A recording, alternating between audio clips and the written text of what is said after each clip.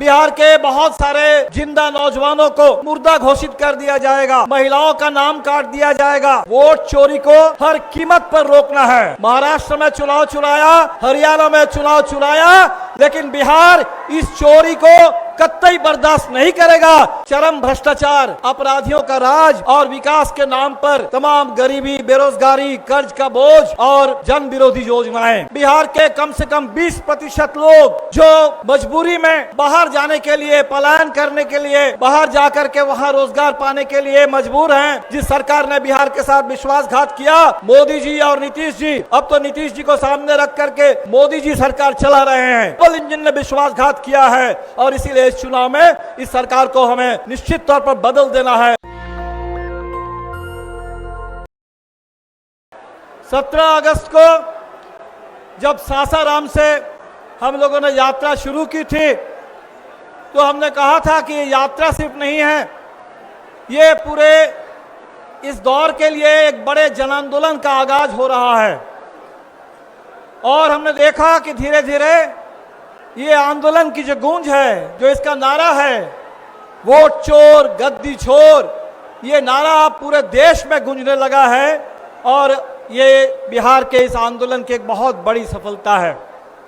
जब SIR शुरू हुआ तो कुछ लोगों ने सोचा था कि बड़े आराम से बिहार के कम से कम 20% लोग जो मजबूरी में बाहर जाने के लिए, पलायन करने के लिए, बाहर जाकर के वहां रोजगार पाने के लिए मजबूर हैं, उन तमाम लोगों को बाहरी बता करके उनका नाम काट दिया जाएगा। बिहार के बहुत सारे जिंदा नौजवानों को मुर्दा घोषित कर दिया जाएगा। महिलाओं का नाम काट दिया जाएगा। ये जो इतनी बड़ी साजिश थी, इस वोटबंदी के खिलाफ आप लोगों ने आंदोलन शुरू किया। 9 जुलाई को पूरे बिहार में चक्का जाम आपने किया और फिर जब से राहुल जी ने 2024 के चुनाव में बेंगलुरु सेंट्रल के महादेवपुरा में 1 लाख फर्जी वोटर के उस घोटाले का खुलासा किया, तो ये पूरे देश में वोट बंदी से शुरू करते हुए वोट चोरी के खिलाफ एक बहुत बड़े जन आंदोलन में तब्दील हो गया। आज इसी यात्रा में हम लोग चल रहे हैं और पूरे बिहार में हमारे बीच में यही संदेश हर जगह हमें पहुंचाना है कि इस वोट चोरी को हर कीमत पर रोकना है। महाराष्ट्र में चुनाव चुराया, हरियाणा में चुनाव चुराया, लेकिन बिहार इस चोरी को कतई बर्दाश्त नहीं करेगा। इस पूरे चोरी की, वोट चोरी की साजिश, चुनाव को चुराने की साजिश को बिहार नाकाम कर देगा। यह संकल्प हम लोग लेने के लिए आए हैं। 20 साल से नीतीश जी की सरकार चल रही है और पूरे रास्ते में हम लोग देख रहे हैं, बातें होती है विकास की, बातें होती है सुशासन की, लेकिन पूरे बिहार में चरम भ्रष्टाचार, अपराधियों का राज और विकास के नाम पर तमाम गरीबी, बेरोजगारी, कर्ज का बोझ और जन विरोधी योजनाएं। रास्ते में बहुत सारे साथी मिलते हैं, ज्ञापन देते हैं। अभी आपके गाय घाट पे जब हम लोग आ रहे हैं तो उसी समय हमने देखा कि बागमती में जो बांध निर्माण की परियोजना है और इसके खिलाफ लंबे समय से हमारे गाय घाट के, मुजफ्फरपुर के किसान जो संघर्ष कर रहे हैं, उस संघर्ष मोर्चे की ओर से भी हमें ज्ञापन मिला।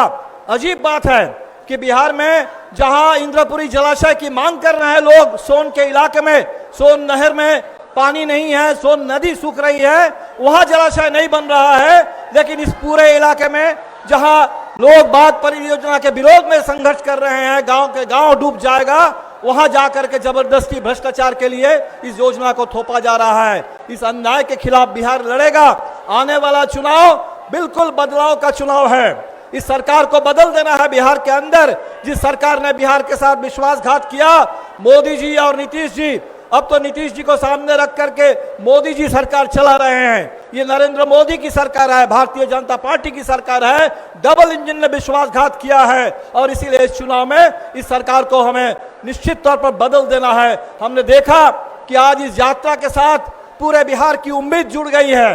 वोट चोरी के खिलाफ, चुनाव चोरी के खिलाफ, भ्रष्टाचार के खिलाफ जबरदस्त लोगों में गुस्सा और साथ ही साथ बिहार को और बिहार की सरकार को बदलने का संकल्प है। गायघाट और पूरे मुजफ्फरपुर के तमाम संघर्षशील साथियों को फिर एक बार सलाम। इस पूरे जज्बे को बनाए रखिए, इसको आगे बढ़ाइए। बहुत बहुत शुक्रिया।